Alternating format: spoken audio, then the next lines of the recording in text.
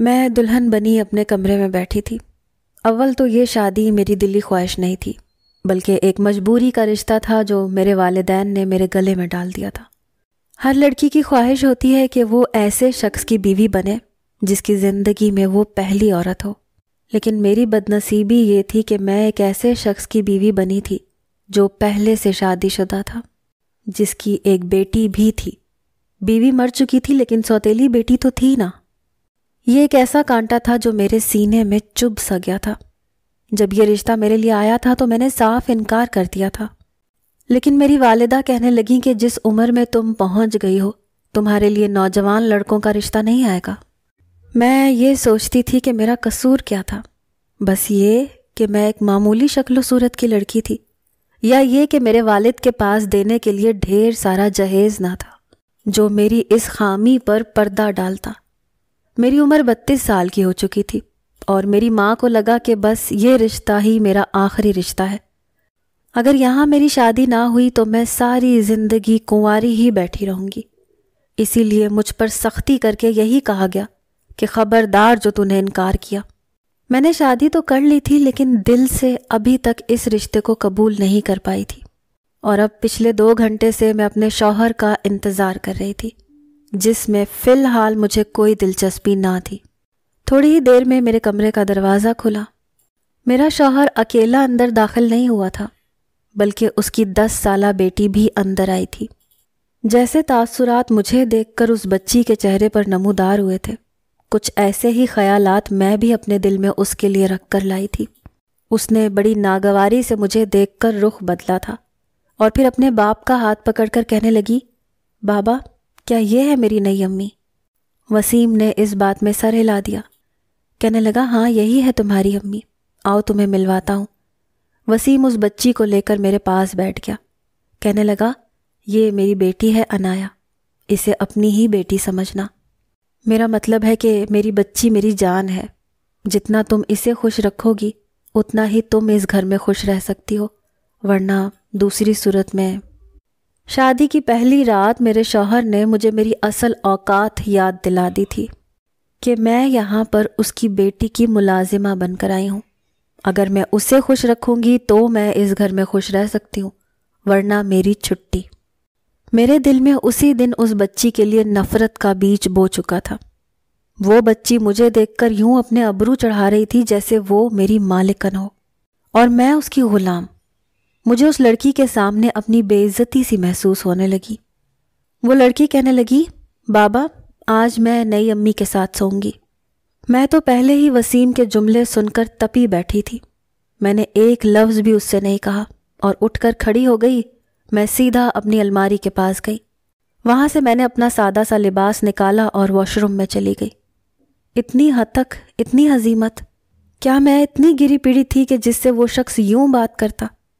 جب میں سادہ لباس پہن کر باہر آئی تو وسیم مجھے بری طرح سے گھور رہا تھا۔ مجھے سادہ لباس میں دیکھ کر وہ غصے سے لال پیلا ہوا تھا۔ یہ دیکھ کر میرے اندر لگی آگ پر اوس سی پڑی تھی۔ میں ان عورتوں میں سے ہرگز نہ تھی جو مرد کی ہر زیادتی اور ظلم کو خاموشی سے برداشت کر لیں اور صبر کا لبادہ اوڑھ کر یہ انتظار کرتی رہیں کہ کب ان کے شوہر کے دل میں ان کی جگہ بن پائے۔ میں نے بس ایک سرسری سی نظر دونوں باپ بیٹی پر ڈالی تھی اور بیڈ کے دوسری جانب جا کر لیٹ گئی۔ یہ دیکھ کر شاید وسیم کو میری اس طرح کی بے رخی کی توقع نہ تھی۔ وہ عنایا سے کہنے لگا، عنایا آج بابا تمہارے کمرے میں سوئیں گے۔ یہ کہہ کر وہ کمرے سے باہر چلا گیا۔ وہ مجھے کیا جتانا چاہتا تھا کہ اس رات کو وہ میرے کمرے میں نہیں آئے گا، اپنی بیٹی کے پاس سو جائے گا، تو میں یہ سمجھوں گی کہ اس کی بیٹی کی اہمیت اس کی نظر میں بہت زیادہ ہے اور میری نہیں۔ اگر اس شخص کو میری پرواہ نہیں تو میں اس کی پرواہ کیوں کروں؟ میں نے اپنے کمرے کا لیمپ آف کیا اور آرام سے سو گئی۔ ابھی مجھے نیند آئی ہی تھی کہ دروازہ کھل کے بڑی زور سے بند ہوا۔ میری آنکھ کھل گئی، کمرے کی ساری بتیاں روشن ہوئیں۔ وسیم بڑے غصے سے کمرے میں داخل ہوئے، میرے پاس آ کر کہنے لگے، اٹھ کر بیٹھو ذرا۔ ان کے لہجے پر میں تھوڑا سا گھبرائی تھی۔ میں اٹھ کر بیٹھ گئی۔ میں نے کہا، جی فرمائیے۔ اگلے ہی لمحے انہوں نے اپنے ہاتھ سے میرا منہ دبوچ لیا، کہنے لگے، جو حرکت تم نے آج میری بیٹی کے سامنے کی ہے نا، آئندہ ایسا کرنے کا سوچنا بھی مت۔ کیا تھا اگر تم مجھ سے پیار سے بات کر لیتی؟ میں نے بری طرح سے ان کا ہاتھ پیچھے جھٹکا۔ میں نے کہا میرے ساتھ تمیز سے بات کریں، میں آپ کی زر خرید ہرگز نہیں ہوں۔ چند لوگوں میں آپ نکاح کر کے عزت سے مجھے اپنے گھر لے کر آئے ہیں۔ مجھے اس بات پر اعتراض نہیں ہے کہ میں آپ کی بیٹی کو اپنی بیٹی سمجھوں، لیکن یہ کون سا طریقہ ہے کہ چھوٹی بچی کے سامنے آپ مجھے 2 کوڑی کا کر کے رکھ دیں، اس کے سامنے مجھے یہ جتائیں کہ میری کوئی اہمیت ہی نہیں ہے آپ کے سامنے۔ اگر میری عزت نہیں کریں گے تو کل کو وہ مجھے ماں سمجھے گی، مجھے کیسے عزت دے گی وہ؟ یہی بات اگر آپ مجھے تنہائی میں کہتے تو مجھے اتنی بری نہ لگتی۔ جس لہجے میں وسیم نے مجھ سے بات کی تھی، میں نے بھی وہی لہجہ اپنایا تھا۔ میری بات سن کر ان کے چہرے کے تاثرات بدلنا شروع ہو گئے۔ پھر وہ میرے پاس بیٹھے، کہنے لگے آئی ایم سوری، بس مجھے یہ فکر تھی کہ کہیں تم میری بیٹی کے ساتھ سوتیلوں والا سلوک نہ کرو، اسی لیے تمہیں یاد کروانا چاہتا تھا کہ میری بیٹی سے پیار کرنا، وہ میرے لیے بہت اہمیت رکھتی ہے۔ اس بار وسیم کا لہجہ کچھ نرم تھا۔ میں نے کہا آپ کو مجھ سے کوئی بھی شکایت نہیں ہوگی، لیکن آپ یہ باتیں مجھ سے تنہائی میں ہی کریں تو زیادہ بہتر ہے۔ اگر آپ عنایا کے سامنے میری عزت نہیں کریں گے تو وہ کبھی بھی مجھے ماں نہیں سمجھے گی۔ میری بات سن کر وسیم نے اس بات میں سر ہلایا تھا، کہنے لگے ہاں یہ میری غلطی ہے، آئندہ تمہیں مجھ سے کوئی شکایت نہیں ملے گی۔ وسیم کا رویہ میرے ساتھ بالکل ٹھیک ہو چکا تھا۔ میں بھی سوچ چکی تھی کہ 10 سال کی بچی ہی تو ہے، تھوڑی توجہ دوں گی، محبت کروں گی تو خود بخود مجھ سے مانوس ہو جائے گی۔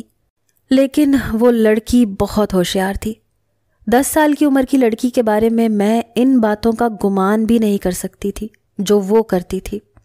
بہرحال صبح ہوئی تو میں اٹھ کر کچن میں آ گئی، کیونکہ میں جانتی تھی کہ گھر سنبھالنے والا کوئی نہیں ہے۔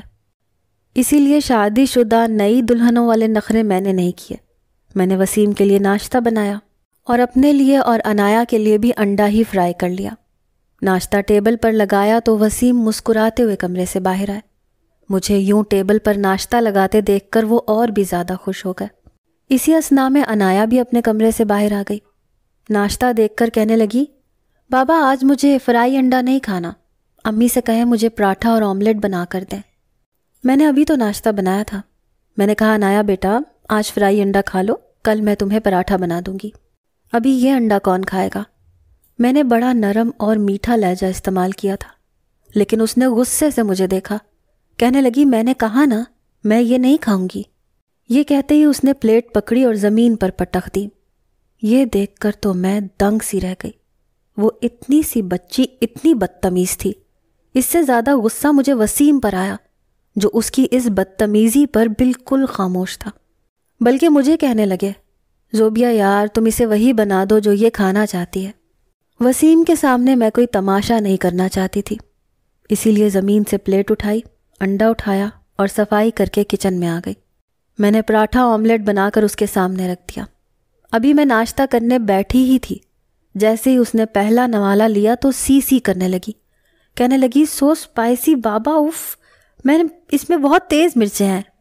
یہ کہہ کر اس نے سامنے رکھے جگ میں سے پانی پیا۔ وسیم پھر مجھے گھورنے لگے، کہنے لگے تم نے کتنی مرچیں ڈال دی ہیں اس میں۔ میں نے ایک نوالا پراٹھے کا توڑا، آملیٹ اس میں ڈال کر وسیم کے منہ میں ڈال دیا۔ میں نے کہا خود چکھ لیں کہ کتنی مرچیں ہیں۔ وسیم نے کھایا تو وہ بالکل نارمل تھا۔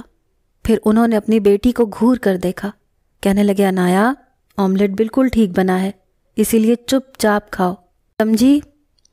میں اس 10 سال کی بچی کی چالاکی کو فوراً سے سمجھ گئی تھی۔ میں جانتی تھی کہ اسے مجھے دیکھ کر تکلیف ہو رہی ہے، اسی لیے وہ میرے بنائے ہوئے آملیٹ میں بھی ضرور نقص نکالے گی۔ عنایا نے بے دلی سے ناشتہ کیا اور اٹھ کر چلی گئی۔ جیسے جیسے وقت گزرنے لگا عنایا کی حرکتیں میرے لیے ناقابل برداشت ہونے لگیں۔ پورا دن کچن میں کام کر کے تھک کر جب میں اپنے کمرے میں لیٹنے جاتی تو وہ میرے بنے ہوئے کھانوں میں نمک مرچ زیادہ کر دیتی۔ رات کو جب وسیم کھانا کھانے لگتے تو مجھے ڈانٹتے۔ عنایا کہتی مجھے تو لگتا ہے امی جان بوجھ کر سپائس تیز کرتی ہیں تاکہ انہیں کھانا نہ بنانا پڑے۔ اس طرح کے جملے وسیم کو مزید اشتعال میں لے آتے تھے۔ اگلے روز میں نے یہ طریقہ اپنایا کہ کھانے میں نمک مرچ بالکل بھی نہیں ڈالا۔ رات کو جب وسیم نے کھانا کھایا تو کہنے لگے کہ آج تو نمک مرچ بالکل ٹھیک ہے۔ یہ دیکھ کر عنایا ضرور پریشان تھی۔ میں نے کہا کہ اس لیے ہے کہ آج میں نے کھانے میں نمک مرچ ڈالا ہی نہیں تھا۔ وسیم کا نوالا ہاتھ میں رہ گیا۔ وہ مجھے حیرت سے دیکھنے لگے۔ میں نے کہا مجھے لگتا ہے اس گھر میں کوئی جنات ہیں جو خود بخود کھانے میں نمک مرچ ڈال جاتے ہیں، حالانکہ میں نے تو کچھ بھی نہیں ڈالا، اور دیکھیں کھانے میں نمک مرچ پہلے سے ہی موجود ہے۔ میں روزانہ کھانا بالکل ٹھیک بناتی ہوں، لیکن شاید کوئی جن کی بچی ہے جسے نہ جانے مجھ سے کیا بیر ہے، میرے کھانے میں نمک مرچ تیز کر دیتی ہے۔ پھر میں نے وسیم سے کہا کہ ایسا کریں، کسی کو بلا کر گھر کا علاج کروائیں، ورنہ روزانہ آپ مجھے ہی برا بھلا کہتے رہیں گے۔ یہ سن کر عنایا اٹھ کر فوراً وہاں سے چلی گئی۔ وسیم بھی سمجھ گئے کہ یہ عنایا کی شرارت ہے، اسی لیے مجھ سے شرمندگی سے نظریں چرا رہے تھے۔ کہنے لگے شاید عنایا نے یہ شرارت کی ہوگی، لیکن میں اسے سمجھا دوں گا، آئندہ ایسا نہیں کرے گی۔ نظریں چراتے ہوئے انہوں نے مجھ سے یہ اعتراف کیا تھا۔ میں نے کہا کوئی بات نہیں، چھوٹی بچی ہی تو ہے۔ وسیم کے سامنے میں اپنا امیج گرانا نہیں چاہتی تھی، لیکن اس کے بعد جو کچھ عنایا نے میرے ساتھ کیا، میرے ہوش اڑ چکے تھے۔ میں کچن کے سارے کام نمٹا کر جب کمرے میں آئی، تھوڑی دیر کے بعد عنایا اور وسیم میرے کمرے میں آیا۔ عنایا کی آنکھیں متورم تھیں، شاید بہت روئی ہوئی تھی۔ وسیم ذرا سنجیدگی میں تھے۔ انہوں نے عنایا سے کہا معافی مانگو اپنی ماں سے، وعدہ کرو کہ آئندہ تم کوئی بھی ایسی شرارت نہیں کرو گی۔ وہ دھیرے دھیرے چلتی ہوئی میرے پاس آئی، لیکن نظریں اس نے جھکائی ہوئی تھیں، ایک بار بھی میری طرف نہیں دیکھا۔ اس کے چہرے کے تاثرات صاف یہ بتا رہے تھے کہ وہ دل سے مجھ سے معذرت کرنے نہیں آئی تھی، اپنے باپ کے مجبور کرنے پر آئی تھی۔ مجھ سے کہنے لگی آئی ایم سوری، میں آئندہ ایسا نہیں کروں گی۔ میں نے کہا کوئی بات نہیں بیٹا، تمہیں مجھ سے سوری کہنے کی کوئی ضرورت نہیں تھی، لیکن دیکھو نا، میں پورا دن کچن کے سارے کام کرتے کرتے تھک جاتی ہوں۔ تمہارے بابا بھی صبح کا ناشتہ کر کے رات کو بھوکے گھر آتے ہیں، اور کھانے میں اگر ان کو اتنی تیز نمک مرچ ملے گی تو وہ ٹھیک سے کھا بھی نہیں پائیں گے، ان کی صحت خراب ہوگی۔ ہاں، اگر تمہیں مجھ سے کوئی غصہ یا ناراضگی ہے تو تم صاف کہہ دیا کرو، ایسا کرنے کی کیا ضرورت ہے۔ میں نے بھی بڑے میٹھے انداز میں اسے طنز کیا تھا۔ اس وقت میرا دل بہت شانت تھا، کیونکہ وسیم کے دل میں میری اہمیت بڑھ گئی تھی اور عنایا کی اہمیت کم ہو گئی تھی۔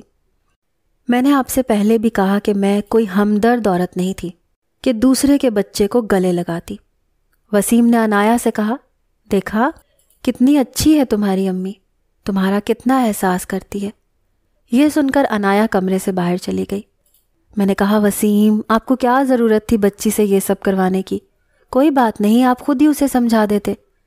مجھے بس وسیم کی نظر میں اچھا بننا تھا۔ پورا دن اگر عنایا مجھ سے بات نہیں کرتی تو میں بھی اسے منہ نہیں لگاتی تھی۔ کچھ دن بعد ہی میں ڈاکٹر کے پاس چیک اپ کروانے گئی تو ڈاکٹر نے مجھے حاملہ ہونے کی خوشخبری سنا دی۔ یہ سن کر تو میں بے حد خوش تھی، اور مجھ سے زیادہ وسیم خوش تھا۔ وسیم اب میرا بہت زیادہ خیال رکھنے لگا تھا، کام کرنے کے لیے ملازمہ رکھتی تھی، مجھے کھانے پینے کی بہت تاکید کرتے تھے۔ آفس میں بھی ہوتے تو کئی بار مجھے گھر پر فون کرتے، بار بار مجھ سے پوچھتے کہ میری طبیعت کیسی ہے، میں ٹھیک سے کھا رہی ہوں یا نہیں۔ ابھی تک اس بات کی خبر عنایا کو نہیں ہوئی تھی۔ جب بھی وہ وسیم کو میرے آگے پیچھے گھومتے دیکھتی یا میرا خیال رکھتے دیکھتی تو اس سے برداشت نہیں ہوتا تھا۔ وہ فوراً سے رونے لگتی، بابا بابا پکارنے لگتی۔ وسیم جب اس کے پاس جاتے تو کہتی مجھے ڈر لگ رہا ہے، آپ میرے پاس بیٹھیں۔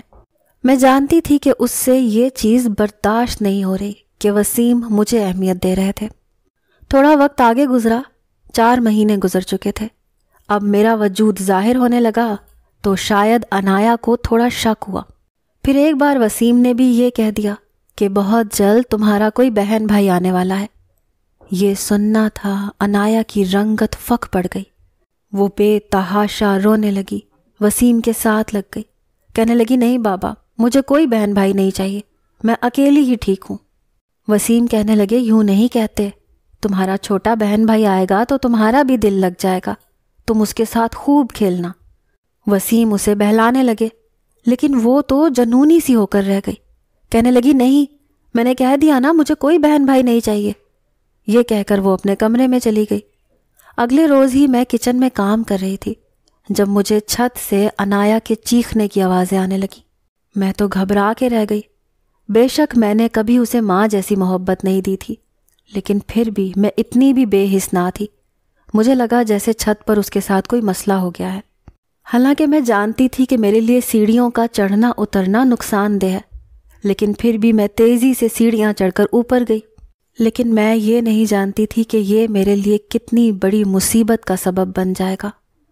جیسے ہی میں سیڑھیاں اوپر چڑھ کر گئی، سامنے انایا کھڑی مسکرا رہی تھی۔ میں دیکھ کر حیران ہوئی، مجھے غصہ بھی آنے لگا۔ میں نے کہا، تم جان بوجھ کے چیخ رہی تھی؟ وہ کہنے لگی، ہاں، میں جان بوجھ کے چیخ رہی تھی تاکہ آپ اوپر آئیں۔ پھر اس نے مجھ سے کہا کہ میں اپنے علاوہ یہاں پر کسی اور کو برداشت نہیں کر سکتی۔ یہ کہہ کر اس نے مجھے دھکا دیا۔ میں سیڑھیوں سے نیچے گر گئی۔ میری تو چیخیں بلند ہو گئی۔ میرے پیٹ میں شدید درد ہونے لگا۔ میں چیخنے لگی، چلانے لگی۔ وہ سیڑھیوں سے اتر کر میرے پاس آئی، کہنے لگی، میرے علاوہ میرے باپ کی کوئی دوسری اولاد نہیں ہو سکتی۔ یہ سن کر اس وقت مجھے انایا پر بہت غصہ آیا۔ وہ اتنی سفاک کیسے ہو سکتی تھی؟ وہ ابھی صرف 10-11 سال کی عمر میں میرے بچے کو مارنا چاہتی تھی، میری اولاد کو ختم کرنا چاہتی تھی۔ اسی وقت میرے گھر کا دروازہ کھٹکنے لگا۔ میرے چیخنے چلانے کی آوازیں سن کر پڑوسنیں ہمارے گھر آ گئیں۔ دروازہ انایا نے ہی کھولا تھا اور ان کے سامنے جان بوجھ کر ڈرامائی انداز میں کہنے لگی کہ امی سیڑھیوں سے نیچے گر گئی ہیں، دیکھیں نا خالہ انہیں کیا ہوا ہے۔ وہ یوں معصوم بنی جیسے اسے کچھ پتہ ہی نہ ہو۔ پڑوسن مجھے اٹھا کر قریبی ہسپتال لے گئی۔ وہی ہوا جس بات کا ڈر تھا، میرا بچہ ضائع ہو چکا تھا۔ میں بہت روئی تھی۔ وسیم کی بھی آنکھیں نم تھیں، پھر بھی مجھے تسلی دے رہے تھے، کہنے لگے کوئی بات نہیں، تم کیوں پریشان ہوتی ہو، بچہ پھر سے ہو جائے گا۔ میں جانتی تھی کہ اگر انہیں سچ بتاؤں گی تو بھی وہ میری بات پر یقین نہیں کریں گے کہ انایا یہ حرکت کر سکتی ہے، لیکن میرے دل میں انایا کے لیے شدید نفرت کے جذبات ابھر چکے تھے۔ جیسے ہی میری طبیعت کچھ بہتر ہوئی، وسیم مجھ سے کہنے لگے کہ انہیں 2-3 دن کے لیے دوسرے شہر جانا ہے۔ میں نے کوئی جواب نہیں دیا۔ وہ کہنے لگے اپنا خیال رکھنا۔ وسیم دوسرے شہر جا چکے تھے، لیکن میرے دل میں انایا کے لیے نفرت بھری پڑی تھی۔ اس نے صاف مجھ سے کہا تھا کہ وہ اپنے علاوہ کسی بچے کو برداشت نہیں کرے گی۔ اس نے میرے بچے کو مار ڈالا تھا، ایک چھوٹے سے بچے کو جو ابھی دنیا میں آیا بھی نہیں تھا۔ وہ 11 سال کی ہو کے اتنی سفاک ہو سکتی تھی، تو پھر میں کیسے اس پر رحم کھاتی؟ جیسے ہی رات ہوئی، میں اپنے کمرے میں لیٹی انایا کے بارے میں منفی سوچیں سوچ رہی تھی۔ بار بار مجھے اپنے معصوم چھوٹے سے بچے کے مر جانے کا خیال آتا تو میرا خون کھول اٹھتا۔ میرا جی چاہتا کہ میں انایا کے کمرے کا دروازہ کھٹکھٹاؤں اور اس کا گلا گھونٹ کر اسے مار ڈالوں، پھر میرا انجام بے شک جو مرضی ہو جائے۔ لیکن پھر مجھے لگا کہ یہ تو اس کے لیے آسان موت ہوگی۔ جس اذیت سے میں اس وقت گزر رہی ہوں، میں اسے بھی تڑپا تڑپا کر ماروں گی۔ میں نے اپنے آنسو صاف کیے اور اٹھ کر بیٹھ گئی۔ میں نے گھڑی کی طرف نظر دوڑائی تو اس وقت رات کے 12 بج رہے تھے۔ میں اٹھ کر اپنے کمرے سے باہر آئی۔ انایا کے کمرے کی لائٹس جل رہی تھیں۔ میں نے اس کے دروازے کا نوب گھمایا تو دروازہ لاک نہیں تھا، اسی لیے کھل گیا۔ وہ اپنے بیڈ پر لیٹی کوئی کتاب پڑھ رہی تھی۔ مجھے دیکھ کر پہلے تو حیران ہوئی، پھر کہنے لگی، آپ میرے کمرے میں کیا کرنے آئی ہیں؟ میں چلتے ہوئے اس کے سامنے آ گئی۔ میں نے کہا، خوش ہو گئی تم نے میرے بچے کو مار ڈالا۔ میں رونے لگی۔ میں نے کہا، جب تم نے یہ سنا کہ میری کوئی اولاد ہونے والی ہے تو تم بہت رو رہی تھیں۔ میری اس بات پر وہ خاموشی سے نظریں چرا گئی۔ میں نے کہا، تمہیں شرم نہیں آئی؟ تم نے ایک چھوٹے سے معصوم سے بچے کو دنیا میں آنے سے پہلے ہی ختم کر دیا۔ تمہیں ذرا بھی شرم نہیں آئی؟ میں نے تمہارا کیا بگاڑا تھا انایا؟ کیا میں تمہارے باپ کی زندگی میں خود آئی تھی؟ تمہاری ماں کو میں نے مارا تھا؟ میں نے کیا کیا تھا تمہارے ساتھ جس کا بدلہ تم نے میرے بچے کے ساتھ لیا؟ میری بات سن کر وہ خاموش تھی۔ میں نے اسے بازو سے پکڑا، کھینچ کے کھڑا کیا۔ وہ کہنے لگی، میرا ہاتھ چھوڑو ورنہ میں نے اسے گھور کے کہا، خاموش ہو جاؤ، تمہارا باپ اس وقت گھر پہ نہیں ہے، کہ تمہیں آ کر بچائے گا۔ جو کچھ تم نے میرے بچے کے ساتھ کیا ہے نا، میں بھی تمہیں ایسے ہی تڑپا تڑپا کے ماروں گی۔ میری بات سن کر اس کے چہرے کا رنگ فک ہو گیا۔ میں اسے گھسیٹ کر کمرے سے باہر لے کر آئی۔ وہ اپنا آپ مجھ سے چھڑوا رہی تھی۔ میں نے اسے ایک اسٹور روم میں بند کر دیا اور باہر سے دروازہ لاک کر دیا۔ وہ دروازہ کھٹکھٹانے لگی، کہنے لگی دروازہ کھولو، تم نے کیوں مجھے اسٹور روم میں بند کیا ہے؟ مجھے یہاں ڈر لگ رہا ہے۔ میں خاموشی سے اپنے کمرے میں آ گئی اور اپنے کمرے کا دروازہ بھی میں نے بند کر لیا۔ کافی دیر مجھے دروازے کے کھٹکھٹانے کی آوازیں آتی رہیں، چلانے کی بھی آوازیں آتی رہیں کہ میرا دروازہ کھولو، لیکن میں خاموش ہو گئی۔ میں نے آنکھیں بند کی تو نیند میری آنکھوں سے کوسوں دور تھی۔ میں نے نیند کی میڈیسن کھائی اور سو گئی۔ صبح جب میری آنکھ کھلی تو تب بھی اسٹور روم کا دروازہ کھٹک رہا تھا۔ وہ کہہ رہی تھی، مجھے بہت پیاس لگی ہے، خدا کے لیے مجھے پانی دے دو۔ پہلے تو میرا دل چاہا کہ میں دروازہ کھول دوں اور اسے پانی بھی دے دوں، لیکن پھر میں نے سوچا کہ میرے معصوم بچے کا کیا قصور تھا۔ میں نے لاپرواہی سے اس کی آواز کو نظر انداز کیا، کچن میں آ کر اپنے لیے ناشتہ بنانے لگی۔ وہ روتی رہی، چلاتی رہی، کہتی رہی کہ مجھے بھوک لگ رہی ہے، میں مر جاؤں گی۔ میری آنکھوں سے بھی آنسو بہہ رہے تھے۔ کتنی بے دردی سے اس نے مجھے سیڑھیوں سے دھکا دیا تھا۔ جب اس نے میرے بارے میں نہیں سوچا، پھر میں اس کے بارے میں کیوں سوچتی؟ میں اس کی سسکیاں سنتی رہی، لیکن رات تک مجھے اس کی کوئی بھی آواز سنائی نہیں دی۔ پھر میرا دل بے چین ہونے لگا۔ میرے دل میں بھی یہ ڈر اور خوف پیدا ہونے لگا کہ کہیں وہ سچ میں نہ مر جائے۔ بے شک اس کا دل اتنا سخت تھا، لیکن میرا نہیں تھا۔ رات کو جب میں نے کمرے کا دروازہ کھولا تو وہ بے جان وجود کے ساتھ لیٹی ہوئی تھی۔ آنکھیں کھلی ہوئی تھیں، آنکھوں سے آنسو بہہ رہے تھے۔ میں جلدی سے کچن میں گئی، پانی لیا، اسے پانی پلایا۔ وہ اٹھ کر بیٹھ گئی۔ پھر میں نے اسے اپنے ہاتھ سے کھانا کھلایا۔ میں نے کہا، میرا مقصد تمہیں جان سے مارنا ہرگز نہیں تھا۔ وہ سسکیوں سے رونے لگی، میرے ہاتھ سے کھانا کھا رہی تھی۔ میری آنکھوں سے بھی آنسو بہنے لگے۔ میں نے کہا، تم نے کبھی مجھے ماں سمجھا ہی نہیں، ورنہ میں تمہیں ماں بن کر بالکل اپنی بیٹیوں جیسا رکھتی، لیکن تم نے اپنے دل میں ایسی وسعت ہی نہیں رکھی، اسی لیے میں بھی پیچھے ہٹ گئی۔